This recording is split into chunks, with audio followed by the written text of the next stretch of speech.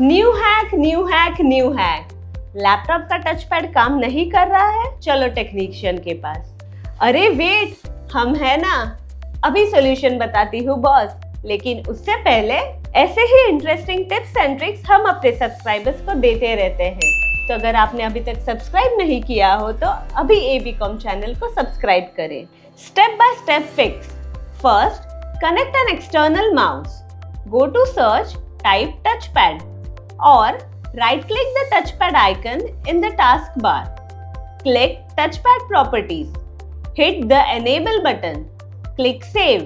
बस हो गया, टचपैड वापस चालू, बिना पैनिक, बिना टेक्नीशियन के। और ऐसे ही विंडोज लैपटॉप के टिप्स एंड ट्रिक्स के लिए एबीकॉम चैनल को सब्सक्राइब करना ना भूले। अगर आपका लैपटॉप भी रोज नया ड्रामा करता है तो अभी रेंट करो एक हाई परफॉर्मेंस नो नखरा लैपटॉप फ्रॉम एबीकॉम।